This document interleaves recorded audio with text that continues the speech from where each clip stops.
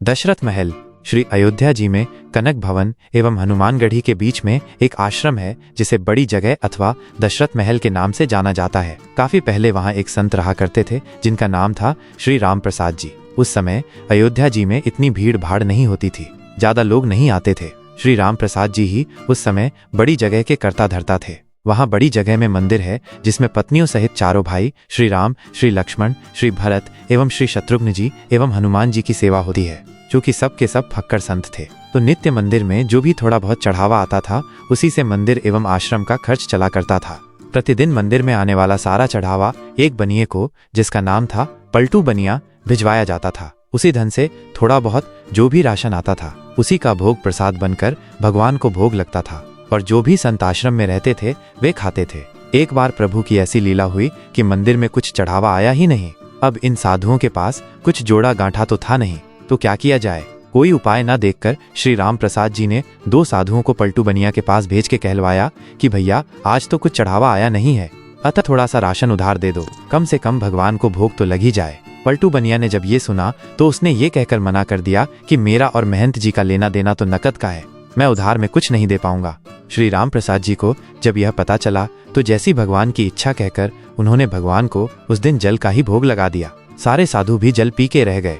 प्रभु की ऐसी परीक्षा थी कि रात्रि में भी जल का ही भोग लगा और सारे साधु भी जल पीकर भूखे ही सोए।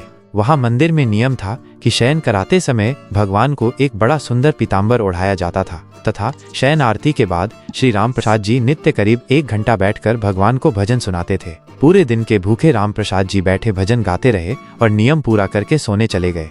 धीरे धीरे करके रात बीतने लगी। करीब आधी रात को पलटू बनिया के घर का दरवाजा किसी ने खटखटाया। वो बनिया घबरा गया कि इतनी रात को कौन आ गया। जब आवाज सुनी तो पता चला कुछ बच्चे दरवाजे पर शोर मचा रहे हैं। अरे पलटू, पलटू सेठ, अरे दरवाजा खोल। उसने हड़बड़ा कर खींचते हुए दरवाजा खोला। सोचा कि जरूर ये बच्चे शरारत कर रहे होंगे, अभी इनकी अच्छे से डांट लगाऊंगा। जब उसने दरवाजा खोला तो देखता है कि 4 लड़के जिनकी अवस्था 12 वर्ष से भी कम की होगी एक पीताम्बर ओढ़कर खड़े हैं।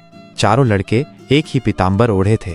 उनकी छवि इतनी मोहक, ऐसी लुभावनी थी कि ना चाहते हुए भी पलटू का सारा क्रोध प्रेम में परिवर्तित हो गया और वो आश्चर्य से पूछने लगा, बच्चों तुम हो कौन और इतनी रात को क्यों शोर मचा रहे हो। बिना कुछ कहे बच्चे घर में घुस आए और बोले, हमें राम प्रसाद बाबा ने भेजा है। ये जो पीताम्बर हम ओढ़े हैं इसका कोना खोलो, इसमें 100 रुपए हैं, निकालो और गिनो। ये वो समय था जब आना और पैसा चलता था। 1600 रुपए उस समय बहुत बड़ी रकम हुआ करती थी। जल्दी जल्दी पलटू ने उस पीताम्बर का कोना खोला तो उसमें सचमुच चांदी के 1600 सिक्के निकले। प्रश्न भरी दृष्टि से पलटू बनिया उन बच्चों को देखने लगा। तब बच्चों ने कहा, इन पैसों का राशन कल सुबह आश्रम भिजवा देना। अब पलटू बनिया को थोड़ी शर्म आई है, आज मैंने राशन नहीं दिया, लगता है महंत जी नाराज हो गए हैं, इसीलिए रात में ही इतने सारे पैसे भिजवा दिए। पश्चाताप, संकोच और प्रेम के साथ उसने हाथ जोड़कर कहा, बच्चों मेरी पूरी दुकान भी उठाकर मैं महंत जी को दे दूंगा तो भी ये पैसे ज्यादा ही बैठेंगे। इतने मूल्य का सामान देते देते तो मुझे पता नहीं कितना समय लग जाएगा। बच्चों ने कहा, ठीक है आप एक साथ मत दीजिए, थोड़ा थोड़ा करके अब से नित्य ही सुबह सुबह आश्रम भिजवा दिया कीजिएगा। आज के बाद कभी भी राशन के लिए मना मत कीजिएगा। पलटू बनिया तुम्हारे शर्म के जमीन में गड़ा जाए। वो फिर हाथ जोड़कर बोला, जैसी महंत जी की आज्ञा। इतना कह सुन के वो बच्चे चले गए, लेकिन जाते जाते पलटू बनिया का मन भी ले गए। इधर सवेरे सवेरे मंगला आरती के लिए जब पुजारी जी ने मंदिर के पट खोले तो देखा भगवान का पीताम्बर गायब है। उन्होंने ये बात राम प्रसाद जी को बताई और सबको लगा कि कोई रात में पीताम्बर चुरा के ले गया। जब थोड़ा दिन चढ़ा तो गाड़ी में ढेर सारा सामान लदवा के कृतज्ञता के साथ हाथ जोड़े हुए पलटू बनिया आया और सीधा राम प्रसाद जी के चरणों में गिरकर क्षमा मांगने लगा। राम प्रसाद जी को तो कुछ पता ही नहीं था। वे पूछें क्या हुआ, अरे किस बात की माफी मांग रहा है। पर पलटू बनिया उठे ही ना और कहे, महाराज रात में पैसे भिजवाने की क्या आवश्यकता थी, मैं कान पकड़ता हूँ, आज के बाद कभी भी राशन के लिए मना नहीं करूंगा। और ये रहा आपका पीताम्बर। वो बच्चे मेरे यहाँ ही छोड़ गए थे, बड़े प्यारे बच्चे थे, इतनी रात को बेचारे पैसे लेकर आ भी गए। आप बुरा न माने तो मैं एक बार उन बालकों को फिर से देखना चाहता हूँ। जब राम प्रसाद जी ने वो पीताम्बर देखा तो पता चला ये तो हमारे मंदिर का ही है जो गायब हो गया था। अब राम प्रसाद जी ने पूछा कि ये तुम्हारे पास कैसे आया। तब उस बनिया ने रात वाली पूरी घटना सुनाई।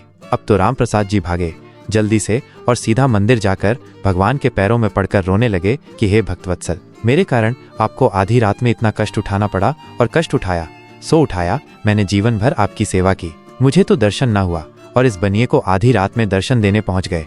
जब पलटू बनिया को पूरी बात पता चली तो उसका हृदय भी धक से होकर रह गया कि जिन्हें मैं साधारण बालक समझ बैठा वो तो त्रिभुवन के नाथ थे।